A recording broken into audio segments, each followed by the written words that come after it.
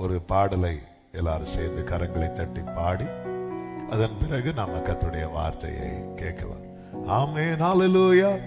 கொடியவன் நற்று போனானே,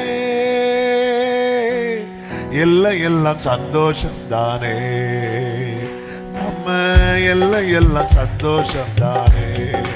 நல்ல கைகளை தட்டி, கொடியவன் நற்று போனானே, எல்லாம் சந்தோஷம் தானே, நம்ம ஆமே. 1000 அல்ல 10000ங்களை 1000 அல்ல சொல்லுங்க, வெற்றியை தந்து விட்டாரே, வெற்றியை தந்து விட்டாரே. கொடியவன் அற்று போனான், கொடியவன் அற்று போனானே, எல்லாம் சந்தோஷம் தானே, நம்ம ஆமே. சீயோனே சீயோனே கம்பீரித்து பாடு, உன் ராஜா நடுவில் வந்து விட்டாரே. பாடுவோம். சீயோனே சீயோனே கம்பீரித்து பாடு, ஆமென். தீங்கை நீ காண்பதில்லை, தீங்கை நீ காண்பதில்லை, வெற்றியும் சந்தோஷமும் பெருகுது பெருகுது, வெற்றியும் சந்தோஷம். பாடுவோம். கொடியவன் அற்று போனானே, எல்லாம் சந்தோஷம் தானே, நம்ம எல்லாம் சந்தோஷம் தானே. கொடியவன் அற்று போனான், கொடியவன் அற்று போனானே, glory, எல்லாம் சந்தோஷம் தானே, நம்ம எல்லாம் சந்தோஷம் தானே. ஆமென். தமது ஜனத்தின் ரட்சிப்புக்காக தீவிரமாக கூறப்பட்டாரே. தமது ஜனத்தின் ரட்சிப்புக்காக glory, தீவிரமாக கூறப்பட்டாரே. கழுத்தளவாய் அஸ்திபாரம் தீரப்பாக்கி,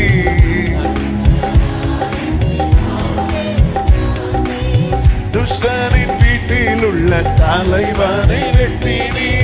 துஷ்டனின் வீட்டில் உள்ள தலைவனை ஆமென். கொடியவன் அற்று போனானே, glory, எல்லாம் சந்தோஷம் தானே, ஆமென். நம்ம எல்லாம் சந்தோஷம் தானே. கொடியவன் அற்று போனா, கொடியவன் அற்று போனானே,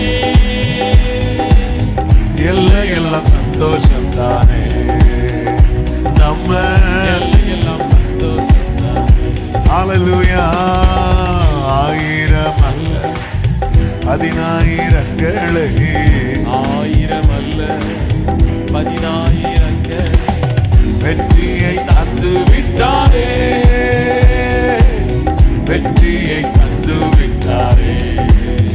ஆமென். கொடியவன் அற்று போனானே, இயேசுவின் நாமத்தில் எல்லாம் சந்தோஷம் தானே, ஹல்லேலூயா. நம்ம எல்லாம் சந்தோஷம் தானே. ஹல்லேலூயா. அர்ப்பணிக்கிறோம் ஆண்டவரே, தொடர்ந்து பேசுங்கப்பா இயேசுவின் நாமத்தில் பிதாவே, ஆமென். ஆபகுக் தீர்க்கதரிசன புஸ்தகம் 3வது அதிகாரம், ஆபகுக் 3வது அதிகாரம் அதனுடைய 13வது வசனமும் 16வது வசனமும் வாசிக்க கேட்கலாம். உமது ஜனத்தின் ரட்சிப்புக்காகவும் நீர் அபிஷேகம் பண்ணுவித்தவனின் ரட்சிப்புக்காகவுமே நீர் புறப்பட்டீர். கழுத்தளவாக அஸ்திபாரத்தை திறப்பாக்கி துஷ்டனுடைய வீட்டில் இருந்த தலைவனை வெட்டினீர். நான் கேட்டபொழுது என் குடல்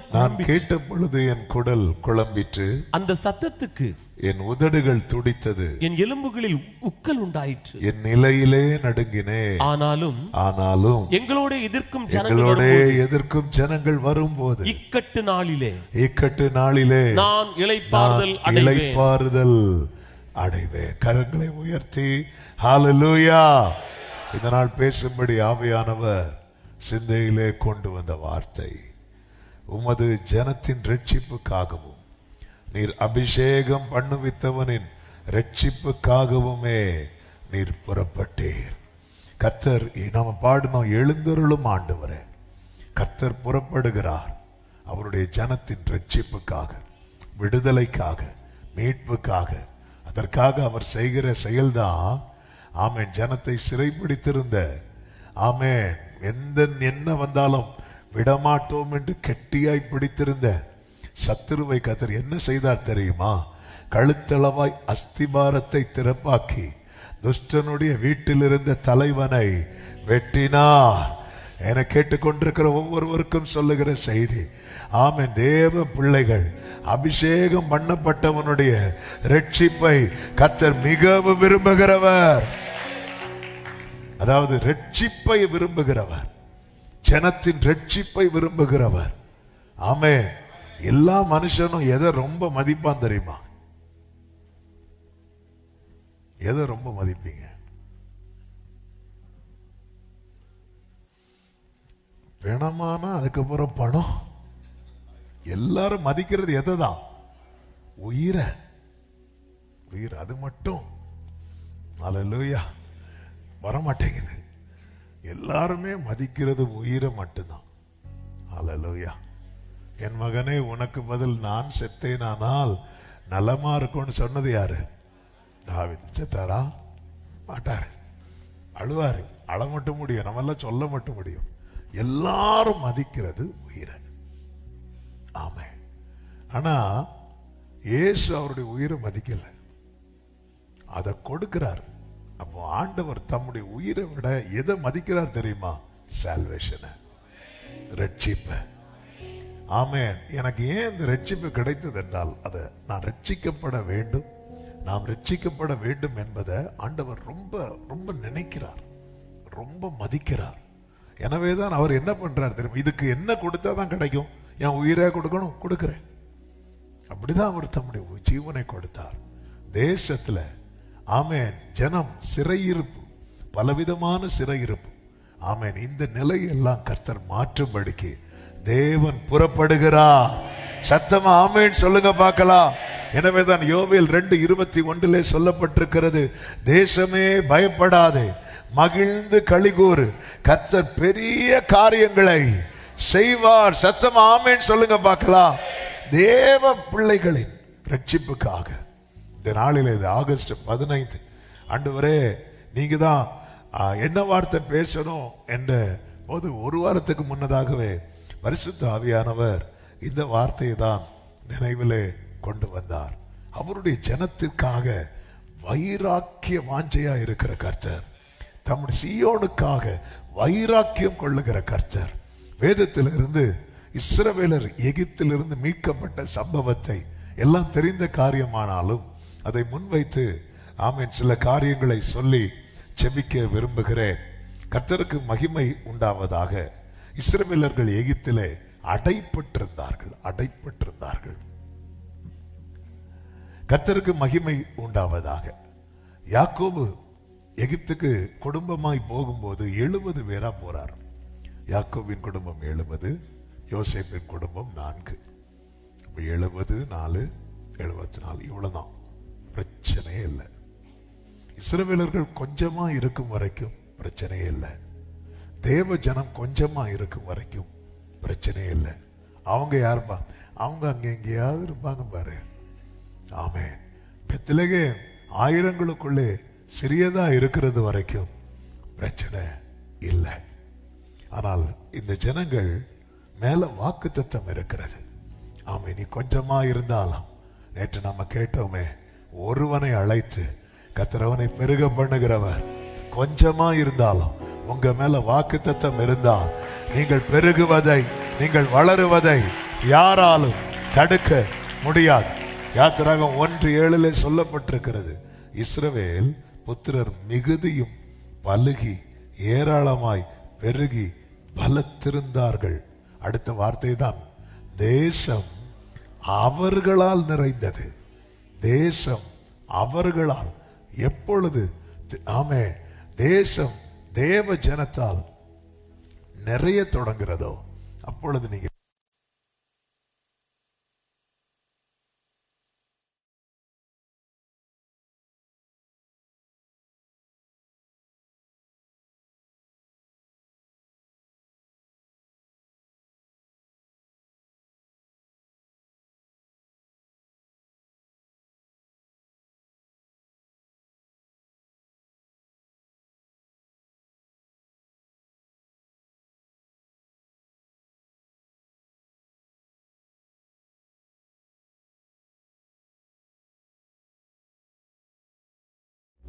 அவர்களை எவ்வளவு ஒடுக்கினார்களோ அவ்வளவாய் அவர்கள் பலுகி பெருகினார்கள். எவ்வளவு ஒடுக்கினார்களோ. என்ன ஒரு ஆச்சரியமான வார்த்தை. அன்பு சபையே, அன்பு ஜனமே, இந்த வசனம் சொல்லும் போது ஒரு காரியத்தை சொல்றேன். உங்க மேல வாக்கு தத்தமும் உங்க மேல உடன்படிக்கை இருக்குமானா எவ்வளவுதான் நீங்க ஒடுக்கப்பட்டாலும் நீங்க வளருவீங்க, நீங்க பெருகுவீங்க. ஆமென் சொல்லுங்க பார்க்கலாம். எவ்வளவு ஒடுக்கினார்களோ அவ்வளவு பெருகினார்கள். ஆகையால் அவர்கள் இஸ்ரவேல் புத்திரரை குறித்து எரிச்சல் அடைந்தார்கள் என்று சொல்லப்பட்டிருக்கிறது. கொஞ்சத்தை திரளாக்குவது தேவனுடைய விருப்பம். தேவன் திரளாக்கினதை ஒடுக்குவதே சத்துருவனுடைய விருப்பம். கொஞ்சத்தை திரளாக்குவது தேவனுடைய விருப்பம். தேவன் திரளாக்கினதை ஒடுக்குவதே சத்துருவனுடைய விருப்பம். அவன் அதிலே பிரியப்படுவான். அதனாலதான் நீங்க கவனிச்சீங்கன்னா தெரியும், இஸ்ரவேலர்கள் அவ்வளவு கத்துவாங்க. ஆளோற்றிகள் நிமித்தம் அவ்வளவு வேதனை. ஒருத்தருக்கு கூட மனசு இறங்கல. மோசேங்கிற ஒரு குழந்தை அழுததை பார்த்து பார்வோன் குமாரத்திக்கு மட்டும் மனசு இறங்கிச்சு. அது கர்த்தர் அப்படிப்பட்ட ஒரு சிச்சுவேஷனை உருவாக்குனதுனால இத்தனை 1000 லட்சம் ஜனங்கள் அழுறாங்க. அதுக்கு மேல இருக்கிற ஒருத்தருக்கு கூட கொஞ்சம் கூட இறக்கமோ மனசே இறங்கல. அப்ப எந்த அளவுக்கு சத்துருவானவன் அவருடைய ஜனங்கள் ஒடுக்கப்படுவதை பார்த்து ரசித்துக் கொண்டிருந்தான் என்று நமக்கு தெரியும். இது அன்றும் அப்படிதான், இன்றும் அப்படிதான். ஆனால் ஒரு சத்தியம் என்னவென்றால், அன்று வெற்றி சிறந்தது, சத்துரு அல்ல, கர்த்தர். அதே போலதான் இன்று வெற்றி சிறக்கிறது, கர்த்தர். கொஞ்சமா இருக்கிறது வரைக்கும் பிரச்சனை இல்லை. இவங்க அதை 70 அது ஒரு 100 ஆனா கூட பிரச்சனை இல்லை. இப்ப தேசத்துல எங்க பார்த்தாலும் ஆண்டவரை ஆராதிக்கிறவங்க தான் இருக்கிறாங்க, ஜெபிக்கிறவங்க தான் இருக்கிறாங்க, துதிக்கிறவங்க தான் இருக்கிறாங்க. இதுதான் தாங்க முடியல. எப்படியாவது ஒடுக்கணும், ஏதாவது வகையில ஒடுக்கணும். பார்த்தா எவ்வளவு ஒடுக்கினார்களோ அவ்வளவாய், எவ்வளவு ஒடுக்கினார்களோ அவ்வளவா. இந்த வேர்டை சொல்லுங்க, எவ்வளவு ஒடுக்கினார்களோ. ஆமே, அதனாலதான் ஆண்டவரே நான் ரொம்ப ஒடுக்கப்படுறேன் மாத்துங்கன்னு சொல்லும்போது ஆண்டவர் கொஞ்சம் வெயிட் பண்ணு. ஹல்லேலூயா. ஏன்னா எவ்வளவு ஒடுக்கப்படுறோமோ அந்த அளவுக்கு தேவனால் ஆசீர்வதிக்கப்படுகிறோம். எனவே தானே சங்கீதத்தில் மோசே 90வது சங்கீதத்தில் ஜெபிக்கிறார், நாங்கள் துன்பத்தை வருத்தத்தை கண்ட நாட்களுக்கு பதிலாய், நாட்களுக்கு சரியாய் இன்பத்தை காண பண்ணோம். கர்த்தர் அப்படியே செய்வார். தேவரீர் எங்களை சிறுமைப்படுத்தின நாட்களும் நாங்கள் துன்பத்தை கண்ட வருஷங்களுக்கும் சரியாய் எங்களை மகிழ்ச்சியாக்கும். எத்தனை பேர் நம்புறீங்க? கர்த்தர் அப்படிப்பட்ட கிரியை செய்யும்படி அவர் புறப்படுகிறார், புறப்படுகிறார். நம்முடைய தனிப்பட்ட வாழ்க்கையில இது புரிந்து கொள்ள வேண்டும். ஆமென். கொஞ்சமா இருக்கிறது வரைக்கும் பிரச்சனை இல்லை. யோசேப்பு பாருங்க, யோசேப்பு குறித்து வேதம் சொல்லுகிறது, அவன் கனித்தரும் செடி, அவன் கொடி சுவர் மேல் படரும் என்று சொல்லப்பட்டிருக்கிறது. எப்பொழுது அவன் கொடி சுவர் மேல் படறினதோ அதன் பிறகு சொல்லப்பட்டிருக்கிறது சங்கீதம் 49:23 வில் வீரர் அவனை மனமடிவாக்கி என்று சொல்லப்பட்டிருக்கிறது. வில் வீரர் மனமடிவாக்குவாங்க. ஏன் மனமடிவாக்குனாங்க? கொடி என்ன பண்ணுது? சுவர் மேல படருது. அவ சுவர் மேல படர்ந்தாலே சத்துருக்கள் எழும்புறாங்கன்னு அர்த்தம். அவன் கொடியா இருக்கிறது வரைக்கும் பிரச்சனையே இல்லை. அந்த சின்ன ஆரம்பம் பிரச்சனையே இல்லை. எப்பொழுது யோசேப்பு சொப்பனம் பார்த்தானோ அப்பதான் பிரச்சனை. வில் வீரர் அவனை மனமடிவாக்குவாங்க. சவுல் தாவீது அவ்வளவு நேசித்தார். சவுல் தாவீது இன்ஸ்ட்ருமெண்ட் வாசிக்கிறது வரைக்கும் பிரச்சனையே இல்லை. நேசித்து ஈசாயிட்ட ஆள் அனுப்பி சொல்றார், அவன் இங்க அந்த பிள்ளை இங்கேயே நிக்கட்டும், பிள்ளைன்னு தான் கூப்பிடுவான். அவன் சவுலுக்குள்ள என்ன ஆவி இருக்கு? பொல்லாத ஆவி இருக்கு. ஆனாலும் அவன் தாவீத மிகவும் நேசித்தான். பிள்ளைன்னு தான் கூப்பிட்டான், மோனேன்னு தான் கூப்பிடுவான். பரவாயில்ல, என்ன ஆண்டவர் கூட இப்படி கூப்பிடல தெரியுமா? ஆண்டவரின் அற்ப விசுவாசி என்னார். ஆனா அவன் எப்படி கூட்டான் தெரியுமா? எல்லாம் ரைட்டு தான். ஆனா தாவீதை பத்தி ஸ்ரீகள் புகழ்ந்தாங்க பாருங்க. சவுல் கொன்றது 1000, தாவீது கொண்டது 10000. அவ்வளவுதான், அவ்வளவுதான். அது அக்செப்ட் பண்ண முடியல. ஆமே. யோனத்தான் ஒரு வார்த்தையை சொல்லுவாரு. 1 சாமுவேல் 20வது அதிகாரம் அதனுடைய 7வது வசனத்துல தாவீதை பார்த்து சொல்லுவார். 1 சாமுவேல் 20:7 வாசிங்க.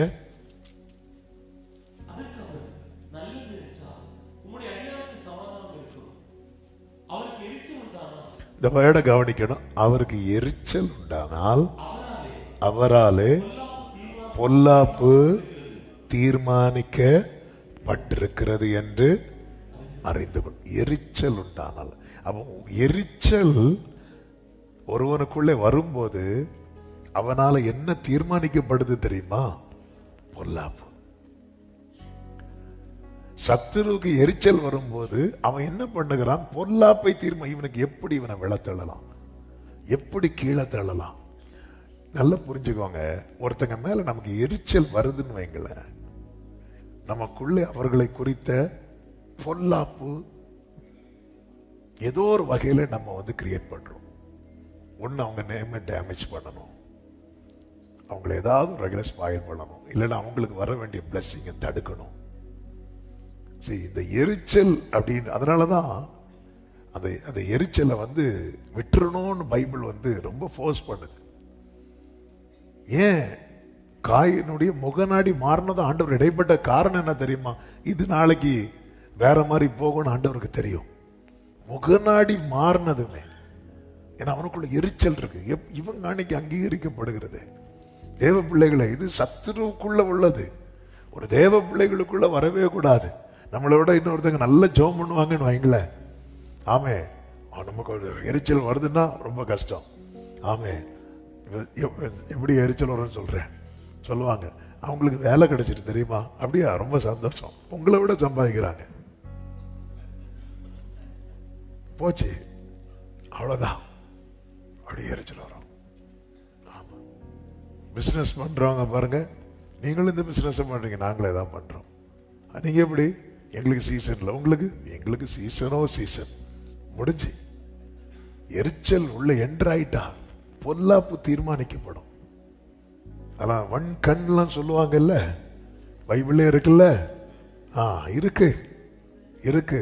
ஆனாலும் உனக்கு விரோதமாய் உருவாக்கப்படும். நல்ல கரங்களை தட்டி ஆண்டவருக்கு மகிமை. நெகேமியா அலங்கத்தை கெட்ட போறாங்கிற செய்தி கேட்டதும் சன்பலாத்துக்கு என்ன வந்துச்சு தெரியுமா? எரிச்சல். நம்ம கொஞ்சமா இருக்கிறது வரைக்கும் ஒரு பிரச்சனையுமே கிடையாது. ஒரு நாய்ஸ் வந்துட்டு இருக்கு. கொஞ்சமா இருக்கிறது வரைக்கும் ஒரு பிரச்சனையே கிடையாது. அடுத்த ஸ்டெப் எடுத்து வைக்க போகும்போதுதான் வில் வீரர் மனம் அடிவாக்குறாங்க. ஏன்? யோசேப்பின் தகப்பனே சொன்னார் அல்லவா, என்ன நானும் அம்மாவும் ஒன்னு வணங்கணுமா அப்படின்னு கேட்டார் அல்லவா. அப்போ எல்லாருக்குமே சில காரியங்களை அக்செப்ட் பண்றது என்பது ஏற்றுக்கொள்ளக்கூடியதான் கேட்டா இல்ல. இந்த ஜனங்கள் பெருகினதுக்கு காரணம் என்ன? அது தேவனுடைய தீர்மானம், தேவனுடைய வாக்குத்தத்தம். எத்தனை பாதாள வாசல்கள் நினைத்தாலும் சபையை மேற்கொள்ள முடியாது. ஆமென் சொல்லுங்க பார்க்கலாம். ஹல்லேலூயா. இந்த நேரத்தில் தான் இஸ்ரவேல் ஜனங்கள் அடைப்பட்டார்கள் என்று வேதம் சொல்லுகிறது. அவர்கள் அடைக்கப்பட்டார்கள். அவங்களால வெளியே வர முடியல. ஒரு சூழலில் இருந்து நம்மால வெளியே வர முடியலனாலே நாம் அடைக்கப்பட்டுட்டோம்னு அர்த்தம். அடைக்கப்பட்ட நிலை. ஹல்லேலூயா. தேசத்திலும் அப்படிப்பட்ட ஒரு நிலையை தான் நோக்கி நகர்ந்து கொண்டிருக்கிறது. கர்த்தருக்கு மாத்திரம் மகிமை உண்டாவதாக. இந்த நிலையில் தான் இஸ்ரவேலர்கள் எல்லாரும் செய்த ஒரு செயல் உண்டு. என்ன செய்தார்கள் தெரியுமா? ஆமே. 2வது அதிகாரம் யாத்திராகமம் அதனுடைய 23வது வசனத்திலே சொல்லப்பட்டிருக்கிறது.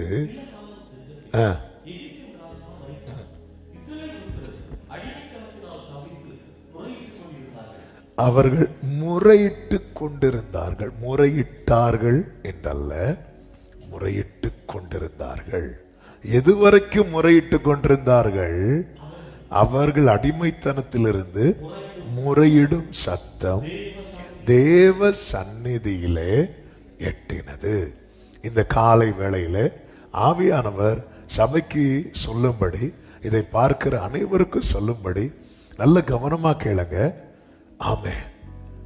அதாவது சில காரியங்களுக்காக நம்முடைய ஜெபம் அவருடைய சந்நிதியில் எட்டும் வரைக்கும், சில காரியங்கள், எந்த காரியத்துக்காக நம்முடைய ஜெபம் அவருடைய சந்நிதியில் எட்டும் வரைக்கும் ஜெபம் பண்ணிட்டே இருக்கணும்.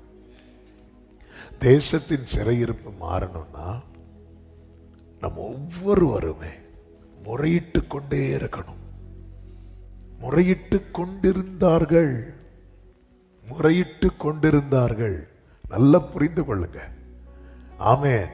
தானியேல் தேசத்துக்காக ஜெபிக்கும்படி அமரும் போதுதான் 21 நாள் கழித்து பதில் வருது. ஏன் 21 நாள் கழித்து பதில் வருதுன்னா, பெர்ஷியா நாட்டு அதிபதி வந்து இடையில நிற்கிறான். அங்க ஒரு யுத்தம் நடக்கிறது. அந்த யுத்தத்தில் எப்பவுமே யுத்தம்னாலே பரலோகம் ஜெயிக்கும். ஆனா அந்த யுத்தம் நடக்கும் போது மட்டும் தானியேல் ஜெபத்தை முடித்திருந்தால் யுத்தம் பாதி வரை தான் நடந்திருக்கும். ஹல்லேலூயா.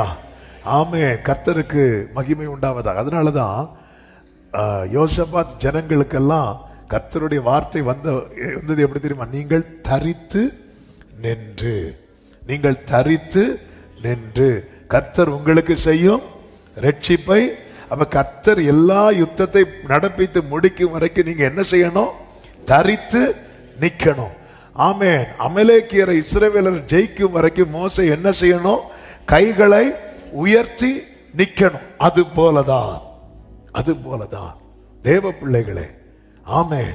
தேசத்திலே கர்த்தர் இப்படிப்பட்ட காரியத்தை நடப்பிக்க, ஆமென், ஒரு வெற்றியை, ஒரு விடுதலையை நடப்பிக்க, ஆமென், சிறைப்பிடிக்கப்பட்ட அடைக்கப்பட்ட நிலையில் இருக்கிற தேவ பிள்ளைகள் விடுதலையோடு, கர்த்தாவே தேவர்களில் உமக்கு ஒப்பானவர் யார் என்று யாத்திராகமம் 15 ஆர்ப்பரித்தார்களே, அந்த ஆர்ப்பரிப்பின் சத்தம் தேசம் எங்கும் தொனிக்கப்பட ஒரு தேவ பிள்ளை செய்ய வேண்டிய பிரதான காரியம் என்ன தெரியுமா? தேவ சந்நிதியிலே நம்முடைய ஜெபம் போய் ஏற்றி கர்த்தர் ரட்சிக்க புறப்படும் வரைக்கும் நாம் முறையிட்டு கொண்டிருக்க வேண்டியது அவசியம். ஹல்லேலூயா. ஆமென். கர்த்தருக்கு மகிமை உண்டாவதாக. தேசத்துக்காக தினமும் ஜெபிக்கிறேன் அப்படி சொல்றவங்களை நான் இப்ப கை தூக்க சொன்னா நிறைய பேருக்கு கஷ்டம் ஆயிரும். ஆனா இந்த சத்தத்தை நீங்க கேட்கும் போதே, ஆமென், நீங்க ஒரு தீர்மானம் எடுக்கணும். மினிமம் ஒரு 5 நிமிஷம் ஆகுது டெய்லி நான் தேசத்துக்காக ஜெபிக்கணும். ஆமா, சபைகளுக்குன்னு ஒரு ஜெபம் உண்டு பாருங்க. எலெக்ஷனுக்கு முன்னாடி இல்ல, இந்த மாதிரி ஏதாவது நெருக்கம் வரும்போது இல்ல, முறையிட்டு கொண்டிருந்தார்கள், முறையிட்டு கொண்டிருந்தார்கள். தேசத்துக்காக உத்தரவாதம் எடுக்கிறவர்கள் மேல பரலோகம் முத்திரை போடுமா, அவர்கள் நெற்றிகளில் முத்திரை போடுமா. மினிமம் ஒரு 5 மினிட்ஸ் ஆகுது. ஆண்டவரே, தேசத்துல ஆமென், சங்கீதம் 46 சொல்லப்பட்டிருக்கிறது, நீர் ஜாதிகளுக்குள்ளே உயர்ந்திருக்கணும். ஆமென். ஆண்டவர் நீர் உணர்த்துகிற தேசத்தை குறித்து, ஆமென், ஜனங்களை குறித்து எதுக்காக ஜெபிக்க நீர் உணர்த்துகிற ஒவ்வொரு காரியம் ஆண்டவர் மனதில் உள்வாங்கி, ஆண்டவர் டெய்லி ஒரு மினிமம் 5 நிமிடமாவது நான் தேசத்துக்காக ஜெபிக்க ஒப்பு கொடுக்கிறேன் அப்படின்னு இந்த காலை வேளையில இந்த செய்தியை கேட்கும் போதே நீங்க அர்ப்பணிப்பீங்கன்னா நான் நம்புறேன். நான் இயேசுவின் நாமத்துல சொல்றேன், நீங்க அர்ப்பணிக்கிற மாத்திரத்துல உங்க மேல பரலோக பார்வை விழுகிறது.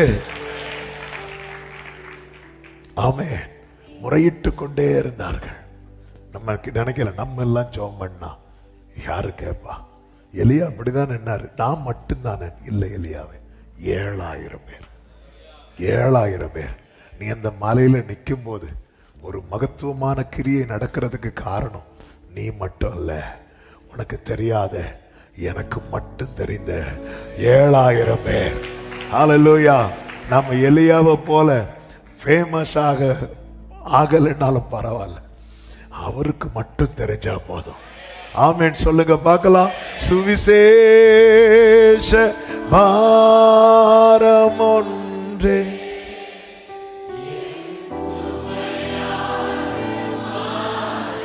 பிரியமான கர்த்தருடைய பிள்ளைகளே, எருசலேமின் ஆறுதல் வர காத்திருந்தான் என்று சிமியோனை குறித்து சொல்லப்பட்டிருக்கிறது. என்ன வார்த்தை பாருங்க. அவன் யாரு தெரியுமா? அவனுக்கு உரைக்கப்பட்ட தீர்க்க தரிசனம் நிறைவேற அல்லது அப்படி எருசலேமுக்கு ஒரு ஆறுதல், அவன் அதை காத்திருந்தான். இயேசு வந்ததும் வந்துட்டார்ல, உங்களுடைய இரட்சண்யத்தை என் கண், அப்படிதான் சொல்றார். சகல ஜனங்களுக்கும் ஆயத்தம் பண்ணின அவன் காத்திருந்தான். அதனால பைபிள் அவனை எப்படி எழுதுதுன்னா, அவன் நீதியும் தேவ பக்தியும் உள்ளவன். ஆமே ஆமே. நான் ஒரு சின்ன பிரேக் போட்டு அடுத்து போக விரும்புகிறேன். ஆண்டவரே, நான் டெய்லி மினிமம் ஒரு 5 minutes ஆவது தேசத்துக்காய் ஜெபிக்க என்னை ஒப்பு கொடுக்கிறேன். அப்படி சொல்றவங்க ஒரு விஷயம் கண்களை மூடி உங்க வலது கரத்தை உண்மையாக உயர்த்தி இப்ப நீங்க அப்படியே வாயை திறந்து அதை சொல்லுங்க. வாயை திறந்து சொல்லணும், சும்மா கை தூக்க கூடாது. நான் டெய்லி ஆண்டவரே ஒரு 5 minutes ஆவது தேசத்துக்காக நான் எதுக்காக ஜெபிக்கணும் நீங்க உணர்த்தணும்ப்பா. ஆண்டவரே, நீர் உணர்த்துகிற காரியங்கள் ஆண்டவரே டெய்லி ஒரு நாள் கூட இது தடைபற்ற கூடாதப்பா. ஆண்டவரே, மினிமம் 5 minutes நீங்க இப்படி அர்ப்பணிப்போடு செய்து பாருங்க. ஹல்லேலூயா. உங்களுக்குள்ள அந்த ஜெபத்தின் ஆவி, அந்த விண்ணப்பத்தின் ஆவி, அந்த கண்ணீரின் ஆவியை ஆன்லைன்ல பார்க்கிறவர்களே சேர்த்து தான் பேசிக் கொண்டிருக்கிறேன். டெய்லி ஒரு மினிமம் 5 minutes ஆவது நான் தேசத்துக்காக ஜெபிப்பே. தேசத்தின் விடுதலைக்காக, தேசத்தின் ரட்சிப்புக்காக, கர்த்தர் ஜாதிகளுக்குள்ளே உயர்ந்திருப்பதற்காக, பூமியிலே உயர்ந்திருப்பதற்காக, பூமியின் கடைமுனை மட்டும் யுத்தங்கள் ஓய்வதற்காக ஆமென் நான் ஜெபிப்பேன். ஆமென் சொல்லுங்க பார்க்கலாம். ஆமென். திறப்பில் நிக்கணும்னா என்ன அப்படின்னா, அந்த உத்தரவாதத்தை எடுத்து ஜெபிக்கிறது. எங்க திறப்பு இருக்கு அதுல போய் நிக்கிறது அப்படி இல்லை, உத்தரவாதம் எடுத்து ஜெபிக்கிறது. ஆண்டவருக்கு இது தேவை. ஆமென். நீங்க உண்மையிலே இவ்வளவு பேர் கை தூக்குறீங்க, ஆன்லைன்லயும் அநேகர் இதை அர்ப்பணித்திருப்பார்கள் என்று நான் நம்புகிறேன். இந்த செய்தி ப்ரிப்பேர் பண்ணும்போது லாஸ்ட்ல தான் இந்த பிரேயர் ஆண்டவர் பண்ணும்படி ஏவினார். அப்படியே டைப் பண்ணி வச்சிருந்தேன். மினிமம் 5 minutes ஆகும். ஏன்னா இந்த வார்த்தை ரொம்ப பேசிக்கொண்டே இருந்தது. முறையிட்டு கொண்டிருந்தார்கள். இந்த வார்த்தை பேசிக்கொண்டே இருந்தது. சில காரியத்துக்காக அவங்கள ரொம்ப ஜோமன வச்சுட்டே இருக்கிறார். ஆமென். அவர் ஆயத்தம் பண்றது இத்தனை வருஷம் சிமியோனை காத்திருக்க வைத்திருது. அவனுக்கு ஆயத்தம் பண்ணினதை பார்க்கல, சகல ஜனங்களுக்கும் ஆயத்தம் பண்ணினதை பார்க்க. 2 பேருக்கு சமைக்க எவ்வளவு நேரம் ஆகும்? ஆமே, கொஞ்ச நேரம் இல்ல. 200 பேருக்கு சமைக்க கொஞ்சம் கூட, 2000 பேருக்கு சமைக்க ஆமே கொஞ்சம் கூட ஆகும்ல, டைம் எடுக்கும்ல ப்ரிப்பேர் பண்ண. அது போலதான் ஆண்டவர் உங்களை ரொம்ப நாள் ஜோமன வச்சுட்டே இருக்கிறாரா? அவர் ஆயத்தம் பண்ணினது ஒரு சிறு கூட்டத்துக்கு அல்ல, ஜெபித்து கொண்டே இருக்க வைக்கிறார். ஆமென் சொல்லுங்க பார்க்கலாம். அதாவது யோவானுடைய தகப்பன் சகரியா, எலிசபெத், இவர்களுக்கு ஒரு பிள்ளை கொடுக்கணும்னா வயசாகிறது வரை காத்திருக்க வைக்க வேண்டிய அவசியம் இல்லை. ஆனா இவங்க 2 பேரும் வயசாகும் போது கர்த்தர் சகரியாட்ட என்ன தூதனை வச்சு சொல்லுவார் தெரியுமா? தகுந்த காலத்தில் அப்படிம்பார். தகுந்த காலத்தில் நிறைவேறும் போகிறது. என்னண்டு இதா தகுந்த காலம்? ஆண்டவரே, ஒரு லாஜிக் வேண்டாம் ஆண்டவரே. ஆமே, என்ன தகுந்த காலம்? ஏன் இப்படி சொல்ல காரணம்? அப்பதான் ஆமே கர்த்தருக்கு மகிமை. இவங்களுக்கு வயசாச்சு உண்மைதான். ஆனா யோவான் எதற்காக ஆண்டவர் அனுப்பினாரோ அந்த வயசு ஆகல. ஆமென். அவர் யாருக்கு முன்னாடி போகணும் தெரியுமா? இயேசுவுக்கு முன்னாடி போகணும். அதனாலதான் அவன் பிறப்பு நிமித்தம் உனக்கு சந்தோஷம் உண்டாகும். உனக்கு மட்டும் இல்ல, அநேகருக்கு சந்தோஷம். இந்த காலை வேளையில சிலரோடு இந்த வார்த்தை இயேசுவின் நாமத்தில் தீர்க்க தரிசனமாய் சொல்லுகிறேன். நீங்க ஜெபித்து நிறைய காரியம் வாங்கிட்டீங்க, ஆனா சில குறிப்பிட்ட காரியத்துக்கு ஜெபித்து கொண்டே இருக்கிறீர்கள். இயேசுவின் நாமத்தில் சில ஒரு நாள் இது தேவ சந்நிதியில் எட்டும். அவர் எழுந்தருளி எழுந்தருளி எழுந்தருளி ஆமென் சொல்லுங்க பார்க்கலாம். ஆமென், ஹல்லேலூயா. ஆண்டவர் எழுந்தருளினார். தேவன் அவர்கள் பெருமூச்சை கேட்டு, யாத்திராகமம் 2:24-25 வாசியுங்கள். அவர்கள் பெருமூச்சை கேட்டு தாம் ஆபிரகாமோடும் ஈசாக்கோடும் யாக்கோபோடும் செய்த உடன்படிக்கையை நினைவு கூர்ந்தார். அடுத்த அதிகாரத்தில் தேவன் எழுந்தருளினதை பார்க்க முடியும். ஆண்டவரே, சிச்சுவேஷன் ரொம்ப மோசமாயிட்டு, சிச்சுவேஷன் கைவிட்டு போச்சு, அதெல்லாம் ஆண்டவருக்கு விஷயம் கிடையாது. ஏசாயா 33வது அதிகாரம் அதனுடைய 9-10 வசனங்களிலே இப்படி சொல்லப்பட்டிருக்கிறது, வாசியுங்கள்.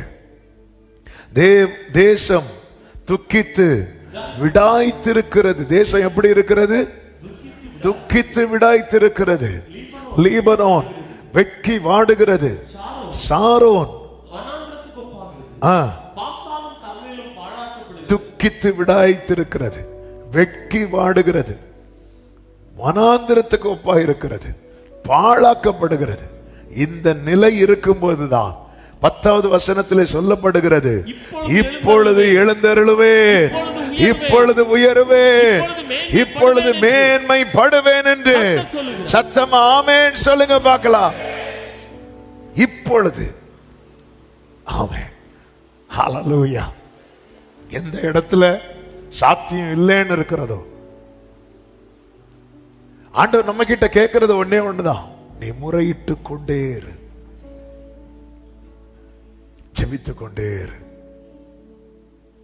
ஆமென். சோர்ந்து போகாமல் எப்பொழுதும் ஜெபிக்கணும்னு இயேசு ஒரு உவமையை சொல்லுவார் பாருங்க.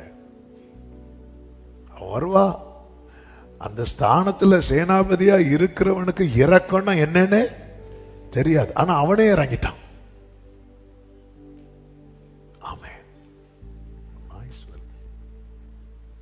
முறையிட்டு கொண்டே இருக்கணும், ஜெபித்து கொண்டே இருக்கணும். பிரியமான கர்த்தருடைய பிள்ளைகளே, ஆமென். ஆண்டவர் இந்த காலை வேளையில இந்த சத்தத்தை நம்மோடு துணிக்க பண்றார் என்றா ஆண்டவர் நம்ம கிட்ட ரொம்ப எதிர்பார்க்கிறாருன்னு அர்த்தம். ஆமென் சொல்லுங்க பார்க்கலாம்.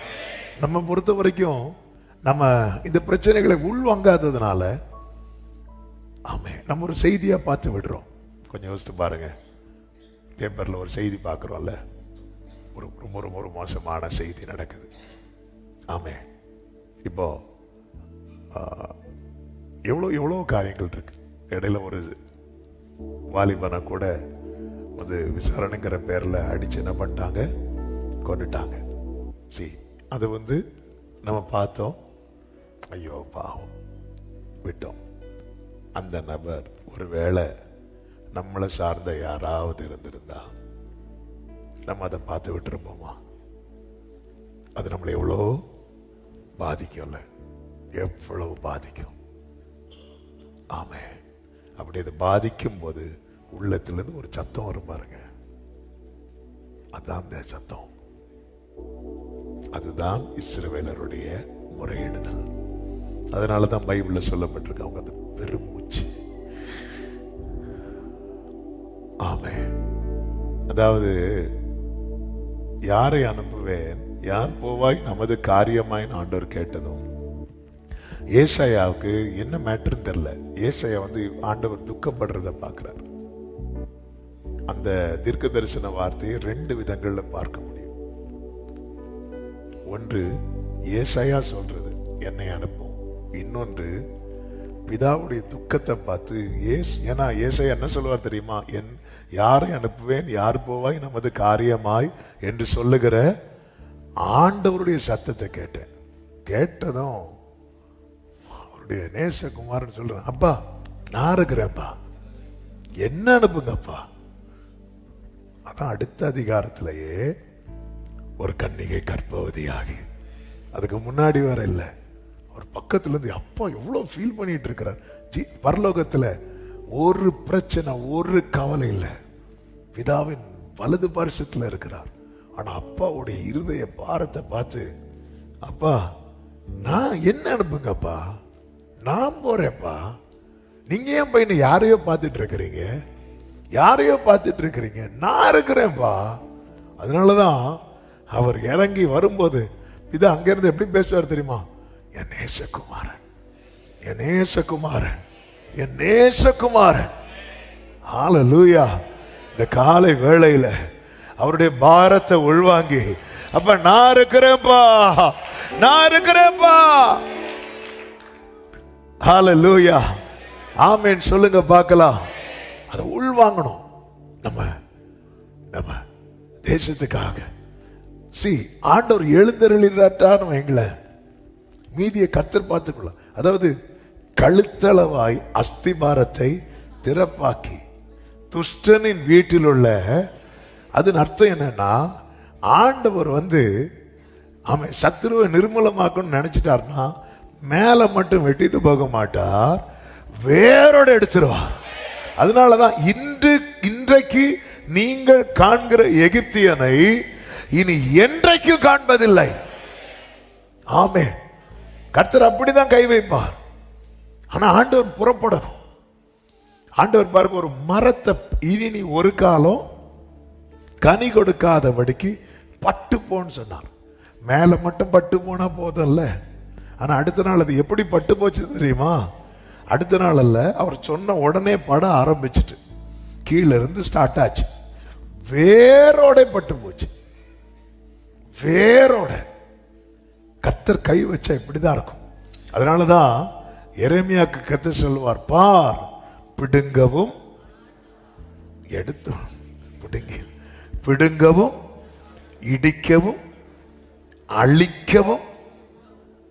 அப்படிதான் பிடுங்கணும், பிடுங்கினாலே போதப்பா, இடிக்கவும் அழிக்கவும், அதுக்கப்புறம் தான் கட்டவும் நாட்டவும். அப்ப ஆண்டவர் எப்படி செய்யறாரு பாருங்க. அவன் ஒரு ஒன்னை இடிக்கணும்னு நினைச்சிட்டார்னா அது இல்லாம போக மட்டும் செய்வார். உன்னை நாட்டணும்னு நினைச்சிட்டார்னா அது படறது வரைக்கும் செய்வார். என் ஆண்டவர் ஒன்றையும் பாதியில் முடிக்க மாட்டார். சத்தமா ஆமென் சொல்லுங்க பார்க்கலாம். ஆனா ஒரு தேவ பிள்ளை தேவை. இதுக்குதான் திறப்புல நிக்கிறதுக்கு ஆட்கள் தேவை. முறையிட்டு கொண்டே நம்ம வீட்டில் ஒருத்தங்க சிக்காயிட்டாங்கன்னு வைங்களேன், நைட்டு பிள்ளை அழுதுட்டு இருக்குன்னு வைங்களேன், அந்த பிள்ளை தூங்குறது வரை நம்ம இருந்து ஜெபம் பண்ணிட்டு இருப்போம். கரெக்டா இல்லையா? ஆமென். ஆண்டவரே பிள்ளை அழுகையை நிறுத்தட்டும் இயேசுவின் நாமத்தில் பிதாவே ஆமென். அது அழுதா அதில் எனக்கு தெரியாது இல்லை, நம்ம உடனே தூக்கி தோளில் போட்டு அது தூங்குறது வரை நடந்துட்டே இருப்போம். ஏன்னா மறக்கவே முடியாத சம்பவம். நான் பலமுறை சொல்லியிருக்கிறேன். என்னுடைய மூத்த மக பிறந்து ஒரு 5 மாசமோ 6 மாசமோ இருக்கும். அப்போ ஒருத்தங்க ஒரு சண்டேயா சரியா தெரியல, அன்னைக்கு வெளியில சரியான டயர்டு, ரொம்ப டயர்டு. அப்போ நைட்டு ஒருத்தங்க ஃபோன் பண்றாங்க.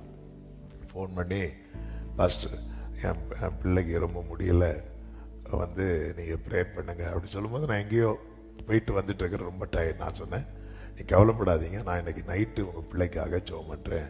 என் பிள்ளை தூங்கவே இல்லை பாஸ்டர், 2-3 நாளாக தூக்கமே இல்லை, நைட்டு நான் ஜெபம் பண்ணுறேன் அப்படி சொல்லிட்டு விட்டேன். நான் டயர்டில் என்ன பண்ணிட்டேன், அந்த மேட்ரையே மறந்துட்டு தூங்கிட்டு இருக்கிறேன். நைட்டு ஒரு 1 மணி இருக்கும், 1 மணி 2 மணி இருக்கும். என் பிள்ளை அழ ஆரம்பிச்சா, அழ ஆரம்பிச்சா. துடிச்சேலும் இவன் ஏன் இப்போ திடீர்னு அழுற? ஒன்றும் இல்லை, என்னெல்லாம் அந்த சைடு ரூம் கீழே படுத்துருந்தோம். கொஞ்ச நேரம் வச்சு பார்த்தோம், இல்லை. அப்புறம் பிள்ளைய தூக்கிட்டு வெளியே வந்தேன். நைட்டு அப்படி வெளியே நடக்கும்போது ஆண்டவர் அந்த பிள்ளைய ஞாபகப்படுத்தினார். இப்போ நான் என் பிள்ளைக்காக ஜெபம் பண்ணுறதை விட்டுட்டு, ஆண்டவரே அந்த பிள்ளை போய் என்ன பாடுபட்டிருக்கான் ஆண்டவரே, என் பிள்ளை கொஞ்ச நேரம் அழுததே தாங்க முடியாம, ஐயோ அந்த வீட்டில் என்ன பாடுபட்டிருப்பாங்கன்னு சொன்னோன்னு எனக்கு கண்ணெலாம் கலங்க ஆரம்பிச்சிட்டு, அப்படியே இந்த சர்ச்சு கீழே இருக்குல்ல, அதில் பிள்ளைய அப்படி தோளில் போட்டுட்டு அப்படியே நடந்து அப்படியே அந்த பிள்ளைக்காக சோமன தொடங்கினது என் பிள்ளை தூக்கிட்டான். அப்படியே கொண்டு போய் கொடுத்துட்டு அந்த பிள்ளைக்காக. ஆமே. சரி, அப்ப நம்ம ஒரு காரியம் உள்வாங்காம நம்மளால ஜெபம் பண்ண முடியாது. உள்வாங்கணும். அப்ப ஆண்டவர் உள்வாங்க வச்சாரா இல்லையா? அப்ப நாம விட்டு கொடுக்கும் போது வைப்பார். ஆமே. ஹல்லேலூயா. இன்னைக்கு ஒரு பெரிய செய்தியெல்லாம் சொல்லி அதெல்லாம் இல்லை. ஆண்டவர் ஒரு வாரமாவே பாரப்படுத்தி, விசேஷமா நேற்று முந்தின நாள்ல ஆண்டவர் இந்த காரியத்தை, இந்த செய்தியை நான் ப்ரிப்பேர் பண்ணும்போது ஆண்டவர் இதுதான் சொன்னான். அவங்க என்ன பண்ணிட்டு இருந்தாங்க பாரு, என் சந்நிதியில் வந்து எட்டும் வரைக்கும். ஏன்னா இந்த ஜெபம் எட்டுச்சுன்னா சத்ருவினுடைய அஸ்திபாரம் வர இல்லாம போகணும். யாருக்கு தெரியும்? சொல்லுங்க. சத்ருவுக்கு தெரியும். இப்ப உரியா கிட்ட தாவீது ஒரு நிருபத்தை கொடுத்து விட்டார். அதுல என்ன இருக்குன்னு யாருக்கு தெரியாது? உரியாவுக்கு தெரியாது. அதுலதான் அந்த உரியாவுடைய, அதனாலதான் ஆண்டவரால் தாங்க முடியல. உரியா மேட்ரை வந்து உரியா சங்கதி ஒன்றை தவிர அப்படியே எழுதி வைப்பார். ஆண்டவர் இருந்தாலும் நீங்க மன்னிக்கலையே ஆண்டவர், மன்னிச்சா இருந்தாலும் இது நீ குத்தணும் உனக்கு. அவன் பாரு, அவன் மட்டும் பிரிச்சு படிச்சிருந்தானா? யுத்தத்தில் உரியாவை முன்னிறுத்தி நீங்க எல்லாம் பின்னாடி வந்துருங்க, நல்ல ராஜா லெட்டராவது இல்ல. ஆமே. தெரிஞ்சிருந்தா அந்த லெட்டர் போயிருக்குமாங்க. அப்போ நம்ம எதுக்கு ஜெபம் பண்றோம்? இவன் எதுக்கு ஜெபம் பண்றான்? இவன் காருக்காக ஜெபம் பண்றான். லேட்டஸ்ட் கார், அவனே கேட்லாக் கூட வரும். இதை பார், இவன் எதுக்கு ஜெபம் பண்றான்? இவன் வந்து சத்துரு விழணும்னு ஜெபம் பண்றான். டேய், நம்மள ஒருத்தர் கை வைக்கிறான். பலவீனத்தை கொண்டு போடு, வீட்டுல பிரச்சனையை கொண்டு போடு, போராட்டத்தை கொண்டு போடு. ஹல்லேலூயா. நேற்று ஒரு சகோதரர் ஒரு வார்த்தை சொன்னார், எனக்கு அது ரொம்ப பிடிச்சி. அவர் சொன்னார், ஃபர்ஸ்ட் நீங்க சாத்துக்குடி குடிங்க அப்படின்னாரு. அப்போ நான் சொன்னேன், இல்லை எனக்கு அது சளி பிடிக்கும். ஃபர்ஸ்ட் நீங்க சாத்துக்குடி குடிக்கும் போது சளி வரும்ல, அது வந்து உங்களுக்கு பழகிட்டுன்னு வைங்களேன், அதுக்கப்புறம் உங்களுக்கு வேற எந்த சளியுமே இது நல்லா இருக்கு. சாத்துக்குடி குடிச்சு ஒரு சளி வரும் தெரியுமா? ஆமா, அது நல்லது பாஸ்டர். அதுக்கப்புறம் உங்களுக்கு வேற எந்த சளியும் வராது. பெஸ்ட் உடம்புக்கு. இதே போலதான் நீங்க வந்து இப்படிப்பட்ட ஜெபம் பண்ணும் போது ஒரு பிரச்சனை வரும் தெரியுமா? அதுல பழகிட்டீங்கன்னு வைங்களேன், வேற எல்லா பிரச்சனையும் இப்படிதான் ஒரு தேவ மனிதரை குறித்த ஒரு சாட்சி எங்க அப்பா சொல்லுவாங்க. அவர் வந்து நல்லா ஜெபம் பண்ணிட்டு இருந்தாராம். அதாவது பாதாளத்தையே நடுக்க வைக்கிற ஜெபம் அது. ஜெபம் பண்ணிட்டு படுத்துட்டாராம். படுக்கும்போது சாத்தா வந்து கதவை தட்டுறாங்க. இவர் வந்து அப்படி திறந்து பார்த்தாராம். சாத்தா நிக்கிறானா. இவர், நீயா அப்படி சொல்லிட்டு கதவு, நான் வேற யாரோன்னு நினைச்சேன். நீயா? நான் வேற யாரோ நினைச்சேன். சரி, என்ன தூங்க போற, டிஸ்டர்ப் பண்ணாத. கதவு. அவர் பயப்படலையா? ஏன்னா இப்படி நிறைய பார்த்தாச்சு. நீங்க ஜெபிக்கிறதுனால உங்களுக்கு சில பிரச்சனைகள் வருதுன்னு வைங்களேன், நீங்க அடுத்து எல்லாத்தையும் ஃபேஸ் பண்ண போறீங்க, நீங்க எல்லாத்தையும் ஹேண்டில் பண்ணிடுவீங்க. ஆமேன் சொல்லுங்க பார்க்கலாம். சத்தமா ஆமேன் சொல்லுங்க பார்க்கலாம். ஹல்லேலூயா. கர்த்தருக்கு மகிமை உண்டாவதாக. ஆமென். ஆண்டவர் எழுந்தருளி என்ன செய்தார் தெரியுமா? நமக்கு தெரியும், மோசே அனுப்பினார். ஆண்டவர் சத்துருவை, இஸ்ரவேல் ஜனங்களை வெளியே கொண்டு வர ஆண்டவர் சத்துருவை ஒண்ணுமே இல்லாம ஆக்கினார். ஆண்டவர் செய்த 5 காரியங்களை நான் சொல்லி நம்ம கொஞ்ச நேரம் ஜெபிக்க போகிறோம். ஒன்று, சத்துருவின் கையில் இருந்த அதிகாரத்தை பிடுங்கி தேவ ஜனத்தின் கையில கொடுக்கிறார். மோசேயின் கையில கொடுத்தார். அதன் அடையாளம் தான் நமக்கு தெரியும், அந்த கோலை போட்டு எடுத்தது. யாத்திராகமம் 17வது அதிகாரத்தின் 12வது வசனத்தை வாசியுங்கள். 11, 12 வாசியுங்கள். யாத்திராகமம் 17, 11, 12. மோசே தன் கையை ஏறெடுத்திருக்கையில் இஸ்ரவேலர் மேற்கொண்டார்கள். அவன் தன் கையை, சாரி, யாத்திராகமம் 7, 11, 12.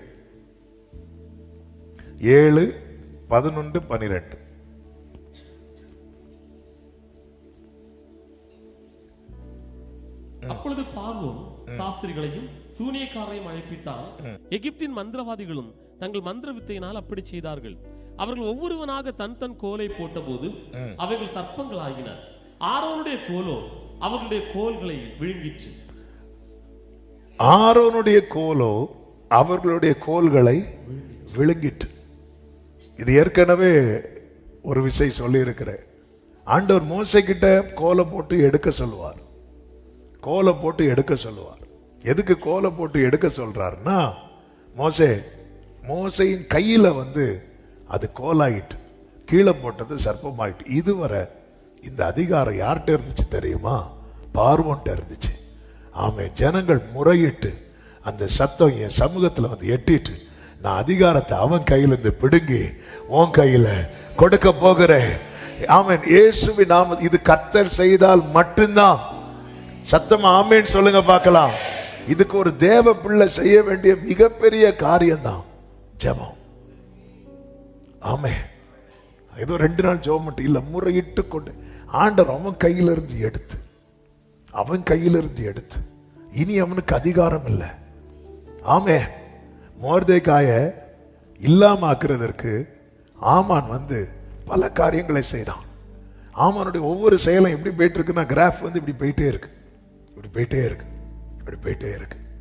போயிட்டே இருக்கும்போது தான் அவங்க எல்லாம் உபாசிக்க ஆரம்பிச்சாங்க, ஜெபிக்க ஆரம்பிச்சாங்க.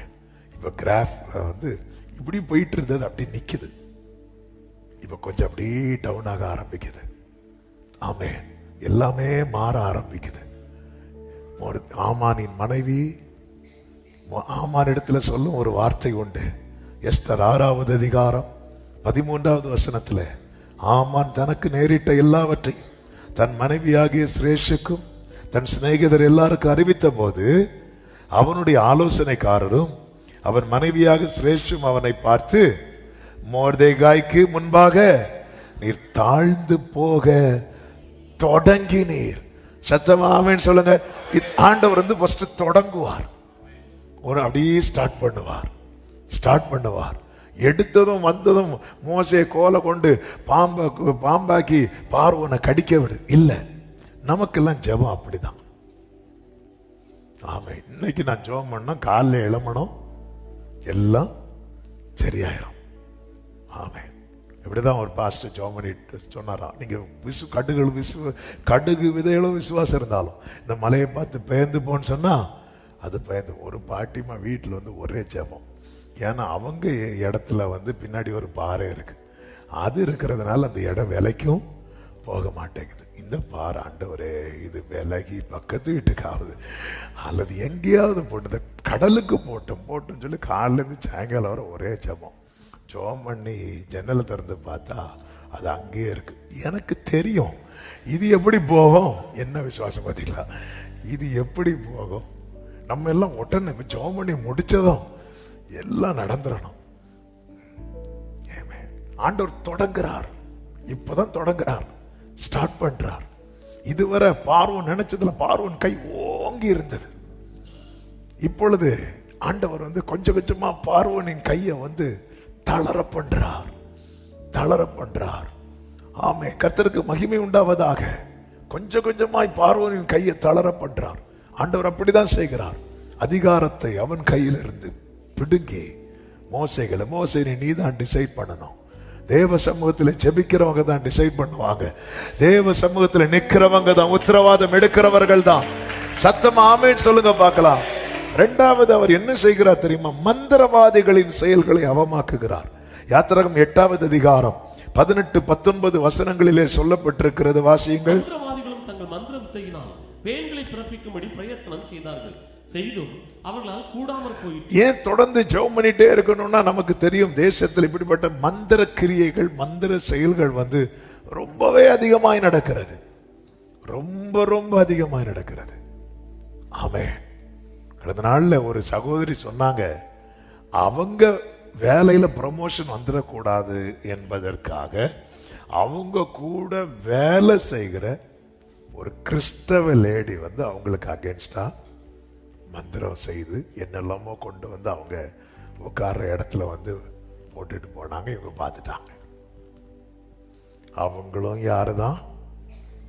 இன்னைக்கு பாருங்க, அதான் சொன்னேன்ல, அதாவது ஒருத்தங்களோட மேல எரிச்சல் வந்துட்டுன்னு வைங்களேன், சாத்தா வந்து நம்மளை டியூன் பண்ண ஆரம்பிச்சிருவான், அவன் கையில் எடுக்க ஆரம்பிச்சிருவான். மந்திர கிரியைகள், ஆமேன், அசுத்தாவிகளை கொண்டு செய்கிற கிரியைகள். ஆனா கர்த்தர் எழுந்தருளிட்டார்னா, வேதம் சொல்லுகிறது, மந்திரவாதிகளும் தங்கள் மந்திர வித்தையினால் பேன்களை பிறப்பிக்கும்படி பிரயத்தனம் பண்ணினார்கள், செய்தும் அவர்களால் கூடாமற் போயிற்று. ஆமேன் சொல்லுங்க பார்க்கலாம். அப்போ இதுக்கு முன்னாடி செஞ்சது அவங்களால கூடிச்சு. அவங்க என்னெல்லாம் செஞ்சாங்க? தண்ணிய ரத்தமா மந்திரவாதிகள் மாத்தினாங்களா? மாத்தினாங்க. மோசே தவளைய வர வச்சார், மந்திரவாதிக செஞ்சாங்களா? செஞ்சாங்க. ஆமென், ஆமென். யாத்திராகமம் 8:7 வாசியுங்கள். மந்திரவாதிகளும் தங்கள் மந்திர வித்தையினால் அப்படி செய்து எகிப்து தேசத்தின் மேல் தவளைகளை வரப்பண்ணினார். தவளை வரப்பட்டாங்களே. இப்ப மோசே தண்ணீரை ரத்தமா மாத்தினார் பாருங்க. இனி 7:22 வாசிங்க. எகிப்தின் மந்திரவாதிகளும் தங்கள் மந்திர வித்தையினால் அப்படி செய்தார்கள். ஆமென். சில பாக்குறாங்க, நல்லா இருக்கே இது, ஹல்லேலூயா. ஆமென். அவங்களும் செஞ்சாங்க. அவங்க எப்போ செய்வாங்க தெரியுமா? ஆண்டவர் கை வைக்கிறது வரைக்கும். ஆண்டவர் கை வைக்கிறது வரைக்கும். தேவ பிள்ளைக்கு விரோதமா சத்துரு, அதாவது உனக்கு விரோதமாய் உருவாக்கப்படும் எந்த ஆயுதம் சத்துருக்கள் பெருகுறாங்கனாலே அர்த்தம் என்ன தெரியுமா? ஒருத்தனை வச்சு இவனை என்ன பண்ண முடியல, அடிக்க முடியல. அதனால சத்துருக்கள் பெருகுறாங்க. ஒரு தேவ பிள்ளையின் வளர்ச்சி அது. ஒட்டுமொத்த எகிப்தும் அந்த கொஞ்சமா வந்த ஜனம் பெருக ஆரம்பிச்சதும் எல்லாருமே அவங்கள வந்து ஒடுக்க ஆரம்பிச்சாங்க. எகிப்துல ஒருத்தருக்கு கூட இறக்கம் இல்லை இந்த ஜனங்க மேல. கர்த்தருக்கு மகிமை உண்டாவதாக. மந்திரவாதிகள், ஆமென். மோசே 40 வயசுல பண்ண தப்பு என்ன தெரியுமா? ஆளோட்டி அடிச்சான். அதான் தப்பு. ஒரு தேவ பிள்ளை புரிஞ்சு கொள்ளணும், நமக்கு யுத்தம் மாம்சத்தோடும் ரத்தத்தோடும் இல்ல. நம்ம இருந்து அரசியல் பேசிட்டு இருக்க கூடாது. இவங்களை விட இவங்க பெஸ்ட், அவங்க இல்ல. கர்த்தர் எல்லாவற்றையும் தீர்மானிக்கிறார். ஆளோட்டிய கை வச்சால மோசைக்கு. அதுக்கப்புறம் எகிப்துல நிக்க முடிஞ்சுதா? நிக்க முடியல. ஆண்டவர் திருப்பி கொண்டு வந்தார் பாருங்க. நீ கைய வைக்க வேண்டியது ஆளோட்டி இல்லப்பா, இதுக்கு பின்னாடி ஒருத்தர் இருந்து கிரியை செய்யறான். அவ்வளவு பேரையும் உள்ளாடி கொண்டு வரார். கொண்டு வந்து அவங்கள டம்மி ஆக்குறார். வேதம் சொல்லுகிறது ஏசாயா 19:3, அதனால் எகிப்தியருடைய ஆவி அவர்களுக்குள் என்ன செய்யுமா? சோர்ந்து போகும். அவர்கள் ஆலோசனையை முழுகி போக பண்ணுவேன். உடனே அவங்க என்ன பண்ணுவாங்க? அப்பொழுது விக்கிரகங்களையும் மந்திரவாதிகளையும் சன்னத்தக்காரரையும் குறி சொல்லுகிறவர்களையும் தேடுவார்கள். அப்போ மோசே கோலை போட்டதும் பார்வோன் வந்து பார்க்கிறான், என்னது இது? உடனே அவன் யாரை தேடுறா பாருங்க? மந்திரவாதிகள். அவங்கள கூட்டிட்டு வரான். எகிப்தியரை பார்த்து கற்றுக்கொள்ளணும். அவனுடைய ஆவி சோர்ந்து போனதும் அவன் எதை நம்பி இருக்கிறானோ அதையெல்லாம் தேடுறான். தேவ பிள்ளைகளே, நம்முடைய ஆவி சோர்ந்து போகும்போது நம்ம கர்த்தரை தேடுறோமா? அவர் சமூகத்தை தேடுகிறோமா? அவருடைய ஆலோசனை தேடுகிறோமா? அவருடைய வார்த்தையை தேடுகிறோமா? ஆமென், ஹல்லேலூயா. பொய் தெய்வத்துக்கு மெய் பக்தர்கள் பாருங்க. எகிப்தியருடைய ஆவி சோர்ந்து போனது. அவங்க எதெல்லாம் நம்பி இருந்தாங்களோ, விக்கிரகத்தை நம்பி இருந்தாங்க, மந்திரவாதிகளை நம்பி இருந்தாங்க, குறி சொல்றவங்களை நம்பி இருந்தாங்க, இவங்களை எல்லாம் தேடுறாங்க. கர்த்தர் ஒண்ணுமே இல்லாம ஆக்கிட்டார். அடுத்து என்ன செய்தார் தெரியுமா? யாத்திராகமம் 9:11 சொல்லப்பட்டிருக்கிறது, அந்த கொப்புளங்கள் மந்திரவாதிகள் மேலும் வந்துச்சு. மந்திரவாதிகளை வாதித்தார். ஃபர்ஸ்ட் அப்படி தொடங்குறார் அதிகாரத்தை. இதுவரை பார்வோன் கை ஓங்கி இருந்தது, இப்ப கொஞ்சம் கொஞ்சமா பார்வோன் கை தாழ ஆரம்பிக்குது. ஆமென். தேவ பிள்ளைகளுடைய கை ஓங்க ஆரம்பிக்குது. அடுத்து மந்திரவாதிகளுடைய செயல்கள், அவங்க நிறைய முயற்சி பண்றாங்க, அது எல்லாமே கர்த்தர் வந்து வாய்க்காமல் போக பண்ணினார். அடுத்து அவங்கள முயற்சி கூட பண்ண முடியாத அளவுக்கு பாதித்தார். ஆமென். ஜனங்கள் என்ன பண்ணி கொண்டிருந்தார்கள் சொல்லுங்க? முறையிட்டுக் கொண்டே இருந்தார்கள். நம்ம பிரச்சனை என்னன்னா, அவரை தொடங்க விட்டுட்டு நம்ம வேற எங்கேயாவது போயிரும். ஆமென். என்ன ஒருத்தர் ஃபாஸ்டிங் இருக்க சொல்லிட்டு சென்னைக்கு போனது போல, பாஸ்டர் பிரச்சனை, நான் போறேன், நீங்க எனக்காக உபவாசித்து. நான் சொன்னேன், நான் ஜெபம் பண்றேன். இல்ல, நீங்க உபவாசித்து தான் ஜெபம் பண்ணணும். நானும் காலைல ஜெபம் பண்ணல.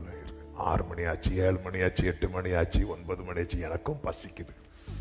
10 மணி ஆச்சு. சரி, என்ன நிலவரம்னு ஃபோன் பண்ணி கேட்போம். பாஸ்டர் சொல்லுங்க, என்னாச்சு, ஏன் இப்படி ஒரு மாதிரி வா? என்ன? இல்லை பாஸ்டர், ஆப்பம் மட்டன் சாப்பிட்டு இருக்கிறேன். ஓ, நீங்க ஆப்பம் மட்டன் சாப்பிடுவீங்களா? நாங்க இங்க இருந்து அதே மாதிரி, ஆண்டவரே வாங்க வந்து பாருங்க. ஆண்டவர் வந்து நிற்கும் போது, இப்ப வரேன் ஆண்டவரே, இல்ல. அதனாலதான் வேதம் சொல்லுகிறது, அவர் அதை புகழ்ச்சியாக்கும் வரைக்கும் அவரை அமர்ந்திருக்க விட்டுறாதீங்க, விட்டுறாதீங்க. ஆமென்.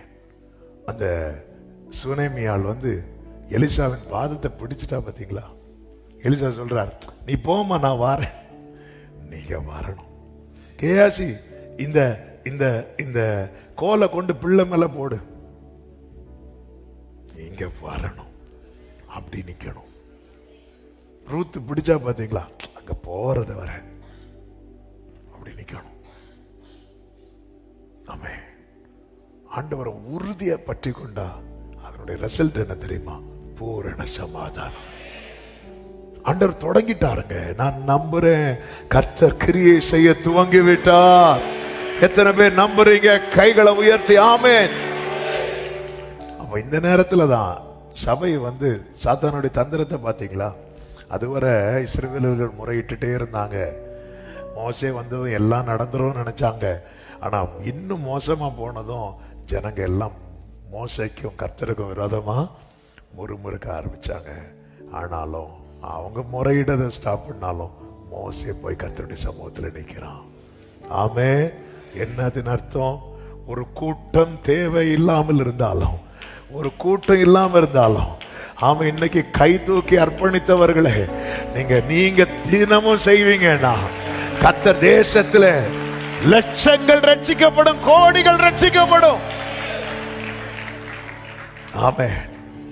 அவர் அதிகாரத்தை பிடுங்கிறார், சத்துருவை தாழ்ந்து போக பண்ணினார். சத்துருவின் கிரியைகள் அவங்க எல்லாம் செய்யறாங்க, வாய்க்காமல் போக பண்ணார்.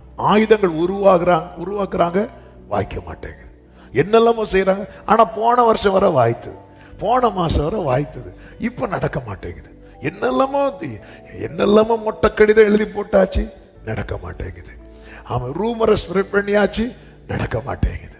பொய் குற்றச்சாட்டு யோசேப்பு மேல எப்படிப்பட்ட அபாண்டமான குற்றச்சாட்டு இல்ல, வெளியே வரணும்னு கர்த்தர். அதனாலதான் சொல்லிட்டேன்ல, உங்க மேல பிராமிஸ் இருக்கா, உங்க மேல கவனன்ட் இருக்கா? நீங்க நீங்க நீங்க ஆழமான கடங்குல இருந்தாலும் கர்த்தர் வெளியே கொண்டு வருவார். உடன்படிக்கையின் தேவன் உண்மையில் ஆமென். தாவீதுக்கு நான் என்று சொல்லி, இப்ப பாருங்க, ஆண்டவர் ஒவ்வொன்னா கை வைக்கிறார். பார்வோனை இல்லாம ஆக்குறதுக்கு அவனுடைய அதிகாரத்தை எடுக்கிறார். அவனுக்கு தெரியல, அவன் எதை நம்பி இருந்தானோ அந்த நம்பிக்கையெல்லாம் உடைக்கிறார். அடுத்து எங்க கை வைக்கிறார் தெரியுமா? யாத்திராகமம் 12:12 வாசியுங்கள். அந்த ராத்திரியிலே நான் எகிப்து தேசம் எங்கும் கடந்து போய் எகிப்து தேசத்தில் உள்ள வாசிங்க, மனிதர் முதல் மிருக ஜீவன்கள் மட்டும் முதற் பேரா இருக்கிறவைகளை எல்லாம் அதம் பண்ணி, அடுத்த வார்த்தை கவனிங்க, எகிப்து தேவர்களின் மேல், எகிப்து தேவர்களின் மேல் நீதியை செலுத்துவேன். சத்தமா ஒரு ஆமென் சொல்லுங்க. ஆமென். நம்ம எல்லாம் அதான் கழுத்தளவாய் அஸ்திபாரத்தை திறப்பாக்கி ஆண்டவர் காரணத்தை தான் தொடுவார். இதுக்கு பின்னாடி இருக்கிறது யார்? அங்கதான் கை வைப்பார். திமிர்வாத காரன் கட்டில் கிடையா கிடந்தான் அல்லவா, கர்த்தர் எங்க கை வச்சார் நினைச்சீங்க? உன் பாவங்கள் உனக்கு அந்த வேறதான் எடுக்கிறார், வேர்ல தான் கை வைக்கிறார். ஆண்டவருடைய தொடங்கினார் பாருங்க, தொடங்கி ஒவ்வொன்னா அடிச்சு கடைசியில் எங்க வந்துட்டார்னா எகிப்தின் தேவர்கள் பேர்ல. அதனாலதான் இஸ்ரவேலர்கள் எப்படி பண்ணாங்க தெரியுமா? கர்த்தாவே தேவர்களில், அதாவது எகிப்துக்கு நிறைய தேவர்கள், நிறைய வழிபாடு உண்டு. இந்த வாதைகள் இருக்குல்ல, ஒவ்வொரு வாதையுமே எகிப்தியர் எதை எதை கொண்டாடினாங்களோ வழிபட்டாங்களோ அதை அடிக்கிறது. தவளை அவர்கள் வைத்து வழிபட்டார்கள். பேன் நதி அவங்களுக்கு அது ஒரு புனித நதி, புண்ணிய நதி, நைல் நதி. அதனாலதான் மோசே என்ன சொல்ல தெரியுமா? கோலை ஓங்கி அடிப்பார். ஓங்கி அடி. எப்படி அடிப்பார் தெரியுமா மோசே? அங்க சின்ன சின்ன குளம் நீர்நிலைகள்லாம் இருக்கும்ல, அது எல்லாத்துக்கும் இப்படி கை நீட்டுவார், அப்படி நீட்டுவார். அப்படி நீட்டிங்க பாரு, எங்க அடிக்க போறேன் பாரு. அதாவது புரியும்படி சொல்லணும்னா, அவ்வளவு குட்டி பிசாசுகளுக்கு நேர கை நீட்டி பார், உன் தலையை அடிக்கிறேன் பாரு சொல்லிட்டு ஓங்கி ஒரே அடி. அவ்வளவுதான். இங்க அடிச்சதும் எல்லா இடமும் எப்படி ஆயிட்டு? ரத்தம் ஆயிட்டு. எங்க அடிச்சா மாறோன்னு நமக்கு தெரியாது. நம்ம இன்னும் ஆளோட்டியை பிடிச்சு அடிச்சிட்டு இருக்கிறோம். அவன் என்ன முறைச்சான், இவன் என்ன கடிச்சான், நம்ம சொல்ல இப்படியே தான் பார்த்துட்டு இருக்கிறோம். ஆமா, ஆண்டவர் பாருங்க, இதெல்லாம் மோசே வாக்கிலும் செய்கையிலும் வல்லவனான மோசே ஆள அடிக்கிறான். ஆண்டவர் இங்க வா, நதி அடி. அடுத்து அவங்க சூரியனை வழிபடுறாங்க. 80 வயசு கிழவன் கையில கோலை கொடுத்து சூரியனை பார்த்து இப்படி காட்டுங்கிறார். இப்படி காட்டுற சூரியன் காட்டல 3 நாள். கடைசியில் அவங்களுடைய பெரிய இது என்ன தெரியுமா? அந்த மூத்த பிள்ளைய தங்கள் தெய்வத்துக்கென்று வட்டிச்சார். மூத்த பிள்ளைய முதற் பலனை தங்கள் தேவர்களுக்கு என்று கொடுக்கிறாங்க. அப்படி மேந்த உடைய மாதிரி ஆண்டவர் அதான் நீதி தலைப்பிள்ளை சங்காரம் பண்ணிட்டார். அது மூத்த பிள்ளை அடிக்கிறது நமக்கு எதையோ ஒவ்வொரு வீட்டு மூத்த பிள்ளை அடிச்சார் இல்ல. அங்க இனி எகிப்தின் தேவர்களுக்கு தலையே எடுக்க முடியாத அளவுக்கு துஷ்டனின் வீட்டில் உள்ள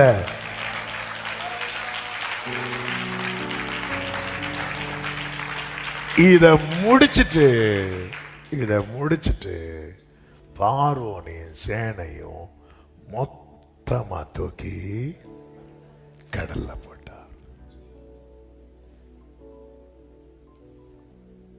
தேவ பிள்ளைகளுடைய ஜெபம் தேசத்துல கிரியையை நடப்பிக்கும்.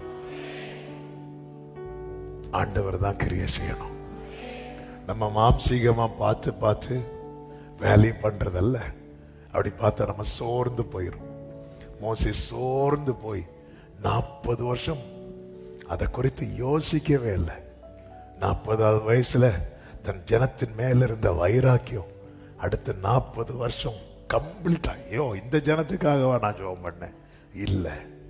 ஆனா ஆண்டவர் திரும்பி ஆண்டவர் வேற யாரையாவது அனுப்புங்க. ஆண்டவர் இல்ல, ஏன் மோசே நீ சோர்ந்து போற, ஏன் தளர்ந்து போற, நீ மாம்சீகமா பாக்குற, அவங்கள்ட்ட அது இருக்கு இவங்கள்ட்ட இல்ல, வா மோசே நான் காட்டி தரேன் எப்படி நான் அதை இல்லாம ஆக்குறேன் பாரு.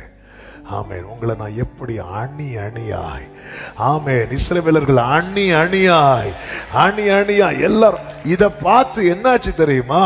இப்படிப்பட்ட ஒரு கிரியை நடந்ததுனால அதை வசனத்தை வாசித்து ஜெபிக்கலாம்.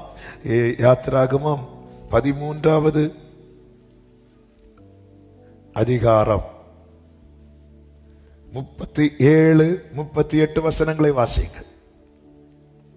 12வது அதிகாரம் 37, 38 வசனங்கள். இஸ்ரவேல் புத்திரர் ராமசீசை விட்டு கால்நடையாய் பிரயாணம் பண்ணி சுக்கோத்துக்கு போனார்கள்.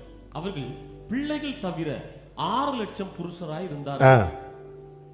அவர்களோட கூட இந்த வேட கவனிச்சுக்கலாம், அவர்களோட கூட பல ஜாதியான ஜனங்கள் அநேகர் போனதுமின்றி. கைகளை உயர்த்தி ஆமென் சொல்லுங்க.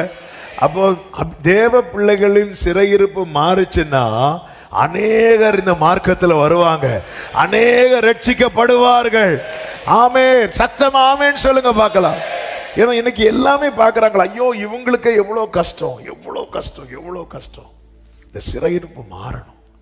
சபைகள் எல்லாம் அடைக்கப்பட்டிருக்கிறது, உள்ள போக முடியல. யூபியில எல்லாம் சபைக்குள்ள போக முடியல, தூரத்திலிருந்து யாருக்கும் வர முடியல. இந்த சரௌண்டிங்ஸ்ல இருக்கிறவங்க போயிடறாங்க, தூரத்திலிருந்து வர்றவங்களை வழிமறித்து விசாரிக்கிறாங்களாம், ஏன் அங்கிருந்து இங்க வரணும், பயங்கர கெடுபடி. ஆமென். ஆனா ஆண்டவர் அந்த சிறையிருப்பை மாற்றும் போது அவங்க போனதில்ல, அவர்களோடு கூட பல ஜாதியான ஜனங்கள். சத்தமா ஆமென் சொல்லுங்க பார்க்கலாம்.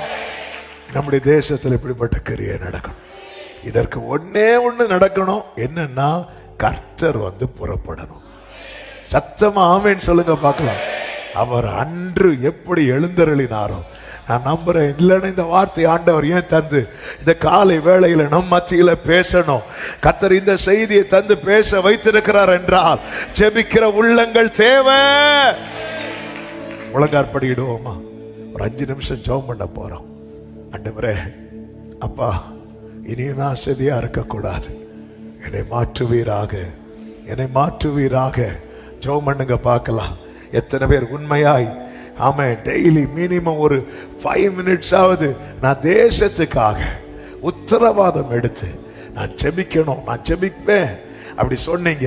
அவன் ஒரு விஷயம் கூட உங்க வலது கரத்தை உயர்த்தி உண்மையா உண்மையா உண்மை இப்ப நீங்க சொல்லுங்க. எப்படி என்ன நீங்க ஆண்டோட்ட அதுக்கான கிருபையை கேட்கறீங்களா, கண்ணீரை கேட்கறீங்களா, பாரத்தை கேட்கறீங்களா? இப்ப கேளுங்க. Minimum 5 minutes, minimum 5 minutes daily daily daily அந்த ரட்சிப்பை வாங்கி கொடுக்கிறவனாய் மாறு. அந்த ரட்சிப்பை வாங்குவோம். உன் ஜனம் இன்னைக்கு உன் கூட யாரும் வரமாட்டேங்கிறாங்க. ஆமே, இன்னைக்கு உன் நிலைமையை பார்த்து ஆண்டவர் மேல கொஞ்சம் நம்பிக்கை இருந்தவங்க கூட விலகி போறாங்க. அப்படிப்பட்ட ஒரு சூழ்நிலையில் தானே இருக்கிற. கர்த்தர் இதை மாற்றுவா, கர்த்தர் இதை மாற்றுவா. கர்த்தர் இதை மாற்றும் போது எல்லாரும் வந்துருவாங்க, எல்லாரும் வந்துருவாங்க. ஆமே, யூதரை குறித்த பயம் உண்டானதுனால அநேகர் யூத மார்க்கத்தில் இணைந்தார்கள் என்று சொல்லப்பட்டது. ஆமே, இதுவரை சத்துருவின் கை ஓமேல ஓங்கினது. இன்று முதல் உன் கை ஓங்க போகுது. ஓ, கழுத்தளவாய் அஸ்திவாரத்தை திறப்பாக்கி, ஓ ராகா பா லா பா காரா சந்தா ரா பா காரா ரிபா ரா பா தாரா பா, கழுத்தளவாய் அஸ்திபாரத்தை திறப்பாக்கி துஷ்டனுடைய வீட்டில் உள்ள தலைவனை வெட்டினீர். தேவ பிள்ளைகளுக்கு இளைப்பாறுதல். தேவ ஜனம் நல்லா இருந்தாதான் தேசம் நல்லா இருக்கும். நீதிமான்கள் களி கூர்ந்தால்தான் பட்டணம் களி கூறும். 2 கைகளை உயர்த்து. அப்பா, அப்பா, டெய்லிப்பா. ஆமெனப்பா. ஆவியானவரை நம்ம உணர்த்திட்டே இருங்க. தேசத்துக்காக ஜெபம் பண்ணணும். உணர்த்துங்க. அப்படியே ஒரு 2 நிமிஷம் அப்படி கைகளை உயர்த்த முடியும். அந்த ஜெப ஆவியை என்னில ஊற்றுங்க, ஊற்றுங்கப்பா, ஊற்றுங்க ஆண்டவரே, ஊற்றுங்க ஆண்டவரே, ஊற்றுங்கப்பா. ஜெபிக்க வச்சிருங்கப்பா. நான் ஜெபிக்காம எனக்கு தூக்கத்தை தந்துடாதீங்கப்பா. நான் ஜெபிக்காம தூங்கிடக்கூடாது. ஆண்டவரே, ஒரு 5 நிமிஷமாவது தேசத்துக்காய் ஜெபிக்காம. ஆண்டவரே, உத்தரவாதத்தோடு ஜெபிக்க. தேசத்தில் மாற்றம், மாற்றம். ஆமே, எகிப்தின் தேவர்கள் பேரில் நீதியை சரி கட்டின கர்த்தர் நம்முடைய தேசத்தில் அப்படியே செய்வா. கர்த்தரே தெய்வம், கர்த்தரே தெய்வம் என்கிற சத்தம் வெகு சீக்கிரம் தேச எல்லைகளில் தெருக்களில் கேட்க போகிறது, கேட்க போகிறது. நல்ல கரங்களை தட்டி ஒரு 2 நிமிஷம் அந்நிய பாஷை பேசி ஓரா லபா காரா விடாம விடாம விடாம விடாம விடாம விடாம விடாம விடாம விடாம ஓரா பாலா ஜாரா பா சந்தா ரபா. விடாதீங்க விடாதீங்க விடாதீங்க விடாதீங்க விடாதீங்க விடாதீங்க. ராலா பா காரா பாபா ரிப்ரா ஜனா. Yes yes yes yes yes. இப்பொழுதே அந்த ஆவியை ஊற்றுகிறான். இப்பொழுதே இப்பொழுதே ரப்ரா லமா மாஷேரே. Yes yes S.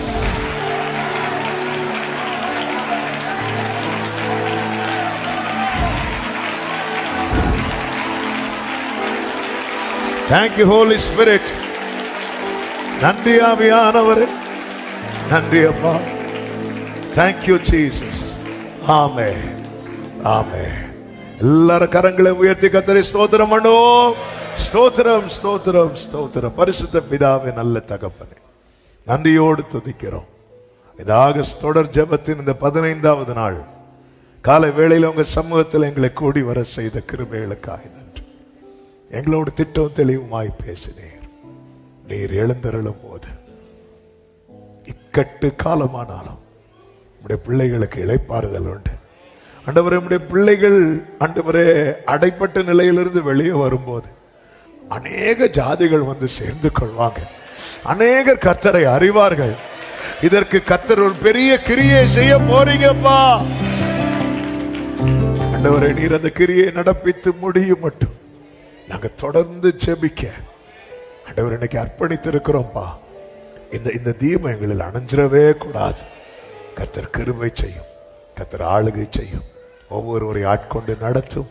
தேசத்தில் ஒரு பெரிய விடுதலை நாங்கள் பார்க்கும்படி, எங்கள் கண்ணில் காணும்படி கிருபை செய்வீராக.